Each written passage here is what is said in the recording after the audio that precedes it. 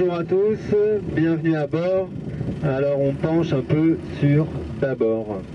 Donc bâbord, c'est l'occasion de savoir où c'est. Donc bâbord c'est du côté où ça penche, donc c'est sur la gauche ici bâbord. Ce serait bien si 2-3 personnes pouvaient passer de l'autre côté. Là il y a un peu de place ici à côté de moi.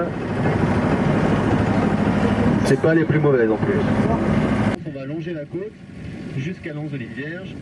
Et ensuite on traversera et on ira voir la grotte de l'hôtel. Alors la grotte de l'hôtel, elle se trouve dans la falaise, là où c'est un peu doré là-bas. Donc on finira par la visite de la grotte, avant de revenir ici à notre point de départ. Donc ça fera 1 heure de balade environ. Je vais utiliser 2 termes, donc tribord et bâbord, maintenant c'est bon, vous savez tous où c'est. Tribord c'est à droite, hein. Donc bâbord à gauche, voilà. Il y a quand même une oreille à la mer.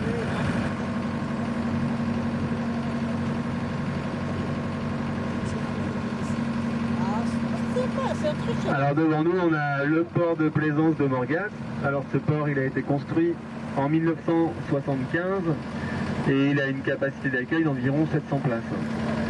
Certains sont en mer aussi. Alors à Morgat il reste une dizaine de bateaux qui travaillent à la journée. Donc ce sont tous des pêcheurs côtiers. Pour la plupart d'entre eux ce sont des filayeurs et des palangriers. Alors les palangres, si ça vous parle pas trop, c'est des longues lignes qui peuvent faire jusqu'à 1 km, voire plus, avec des centaines d'hameçons accrochés dessus. Donc c'est une autre technique de pêche que le filet.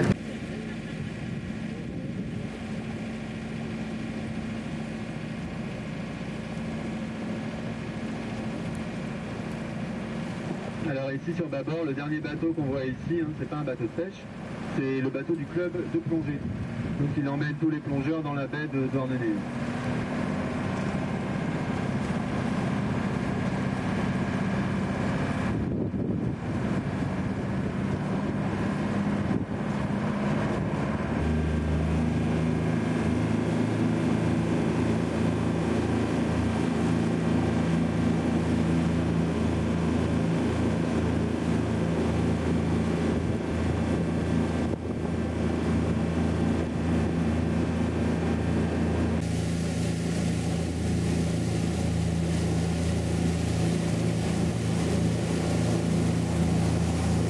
De mer. On peut observer la roche à côté de nous, on peut voir qu'elle est faite vraiment de couches successives, un peu comme un millefeuille.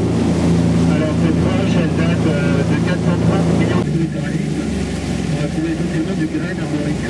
C'est une roche sédimentaire, donc c'est une roche d'accumulation de sédiments, donc de vagues, de sable, de boue, qui se sont accumulés pendant des millions d'années, transformés en roche. Et ensuite on a eu une période de formation des chaînes de montagne, et donc ici ça s'est plissé jusqu'à en faire des plis quasiment verticaux. Alors ici, cet endroit s'appelle Port Sandour. Alors Dour en breton, ça veut dire l'eau, donc cet endroit s'appelle le port de l'eau. Et donc si vous regardez dans la roche à un côté de vous, vous pouvez voir, il y a une petite source qui coule dans les rochers. Alors c'est un endroit assez important avant, parce que les marins pêcheurs qui naviguaient ici avaient besoin d'eau potable pour continuer à naviguer, ils venaient se ravitailler, entre autres, ici en eau potable.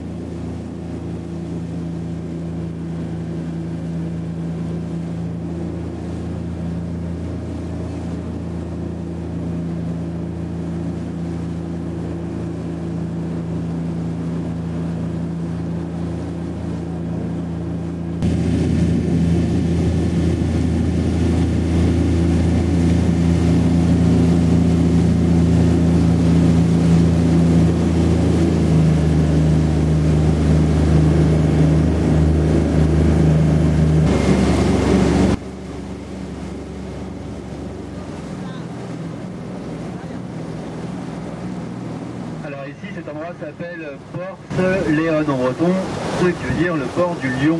Alors l'explication se trouve dans un rocher un petit peu plus loin. Alors on retrouve toujours une grande falaise de grès armorique, hein, avec le GR34 qui passe juste au-dessus, et une plage de galets comme toujours ici.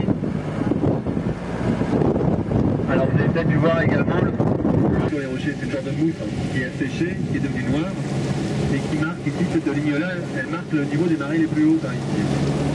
Il faut savoir qu'ici on est en moyenne entre 3 et 6 mètres de marnage, donc de différence entre la marée haute et la marée basse. Et donc la ligne, on voit la silhouette d'un lion couché avec la crinière posée, hein, et un goéland posé sur la tête.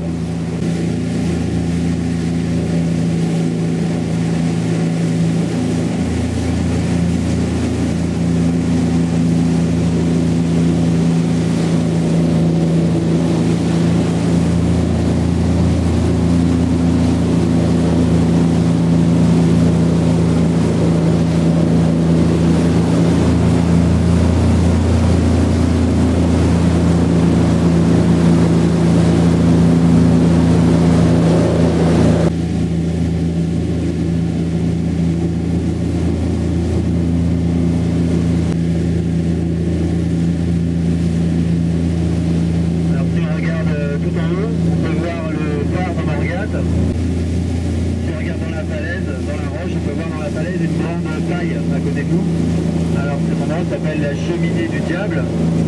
Alors c'est une vraie cheminée qui fait 40 mètres de hauteur et qui débouche dans le bois un peu plus haut. On peut deviner la sortie de la cheminée en haut.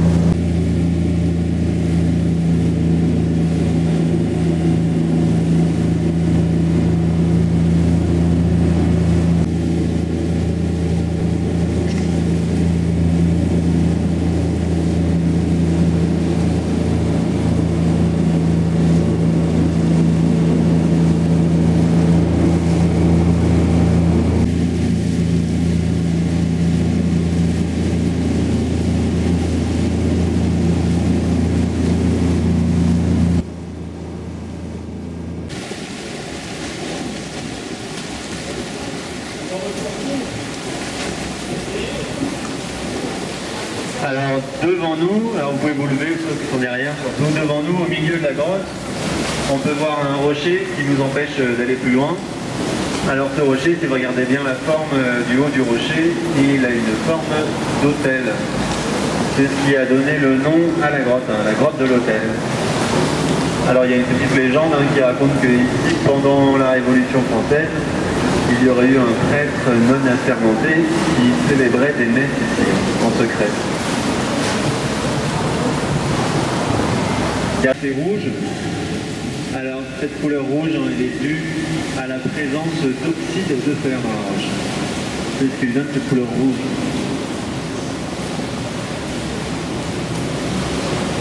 Dans le projecteur, on peut voir là-bas dans la roche que ça brille un petit peu. Alors ce qu'on voit là-bas, ce ne sont pas des diamants. Et cette couleur violette, elle est due toujours aux oxydes de fer dans la roche.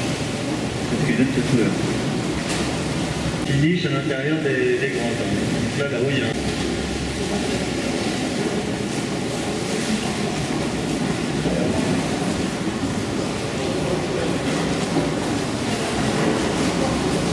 Alors tout là-haut, on peut voir une petite infiltration d'eau à travers la roche.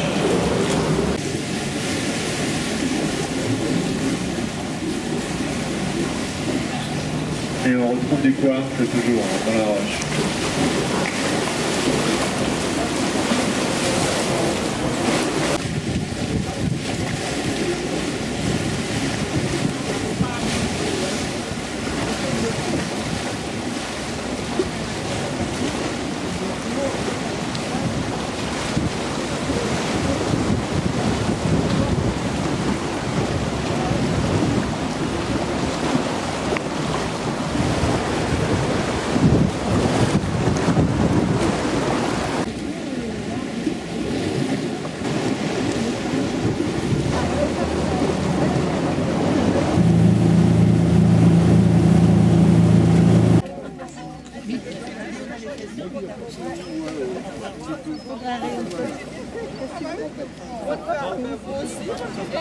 Ça va le prochain?